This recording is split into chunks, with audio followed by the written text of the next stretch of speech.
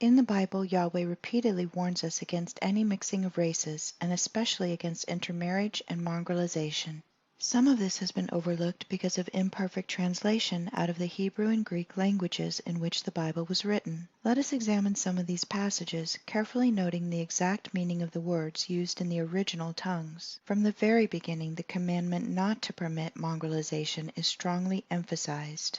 For example, Exodus 33:16. So shall we be separated, I and all of thy people, from all the people that are upon the face of the earth. Leviticus 20:24. I am Yahweh, thy God, which have separated you from other people. Joshua 23:12-13. If ye do in any wise go back and cleave unto the remnant of these nations, even these that remain among you, and shall make marriage with them, and go in unto them, and they unto you, know for a certainty that they shall be snares and traps unto you, and scourges in your sides, and thorns in your eyes, until ye perish off this good land, which Yahweh your God has given you. Deuteronomy 7:3. Neither shalt thou make marriages with them. Thy daughter thou shalt not give unto his son, nor his daughter shalt thou take unto thy son. Many warnings are given in the Bible not to mate with the stranger. The Hebrew words translated stranger in these verses are zur, nekar, and nokri. Each one means a person of a different race from ours. There are other Hebrew words, gur and toshab, meaning persons who are aliens only in a political sense, but of our race. The warning against race mixing is almost always against those strangers who are zur, nekar, or nokri. For example, Proverbs 23:27 tells us, For a whore is a deep ditch, and a strange zur, woman, is a narrow pit.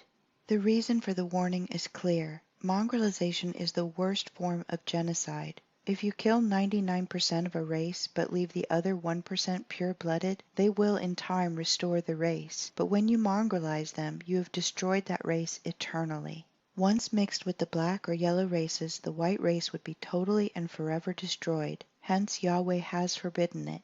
The following verses illustrate this point. Psalm 144, verses 11-12.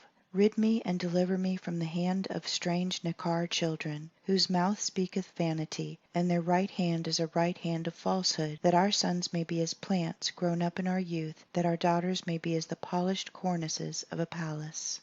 Jeremiah 2:21-25. Yet I planted thee a noble vine, wholly a right seed. How then art thou turned into the degenerate plant of a strange zur vine unto me? Withhold thy foot from being unshod, and thy throat thirst. But thou saidst, There is no hope. No, for I have loved strangers, zur, and after them I will go.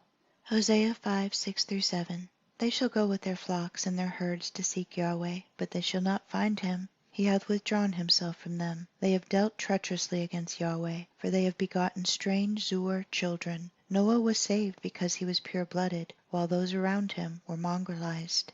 Genesis 6:2-4-5 records the forbidden mixing of races and the evil results thereof. Noah was a different story. He obeyed Yahweh's law against the mixing of races. Noah was a just man and perfect, tamim, without blemish, in his generations, toledah, descent, ancestry. Hence Noah and his family were saved, while the mongrels were wiped out. Mongrelization is the sin for which Sodom and Gomorrah were destroyed. Jude 1:7. Even as Sodom and Gomorrah and the cities about them in like manner, giving themselves over to fornication and going after strange flesh, are set forth for an example, suffering the vengeance of eternal fire. Those who sought to force integration in the schools and churches now admit that their real purpose was to bring about racial intermarriage. They have even deceived certain well-meaning but ignorant clergymen into helping them.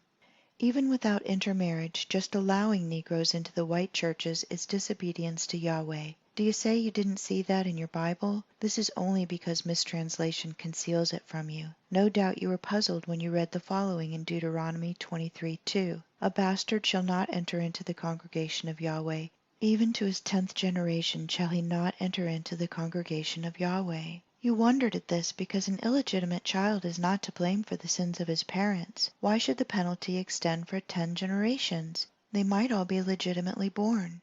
The Hebrew word mistranslated bastard is the word mamzer. It means a mixture, a half-breed or mongrel. It has nothing to do with whether a child's parents were married, but it refers to the forbidden mixture of races. This is why the penalty extends for 10 generations. It shows how seriously Yahweh treats this sin. It is true that the mulatto child is not to blame for his parents' sins, but he or she is still a mulatto. The first generation would be a half-breed. The second would have at least a quarter of the black blood, the third at least 1/8, the fourth 1/116, and so on. In the 10th generation the Negro blood may be as small as 1 part in 1,024. Yet Yahweh says this is too much to be allowed to enter into the congregation of Yahweh.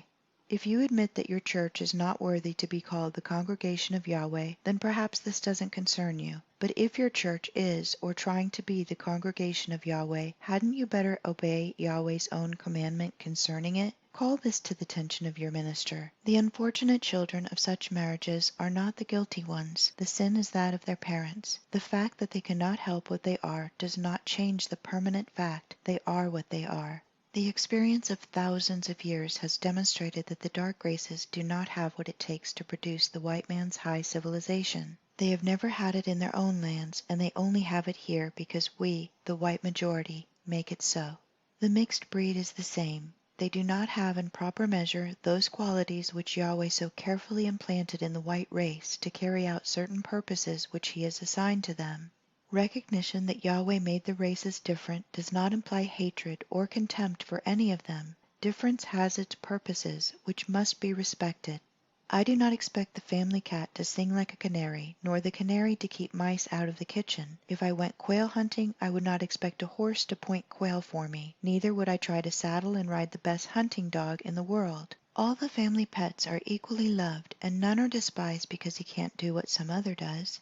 Each has his own purpose, and trying to mix them up or interbreed them can only harm them. There are many people to whom these facts are new. There are also many who have learned the evil lesson that they can get more money or more political popularity by violating these laws of Yahweh than by obeying them.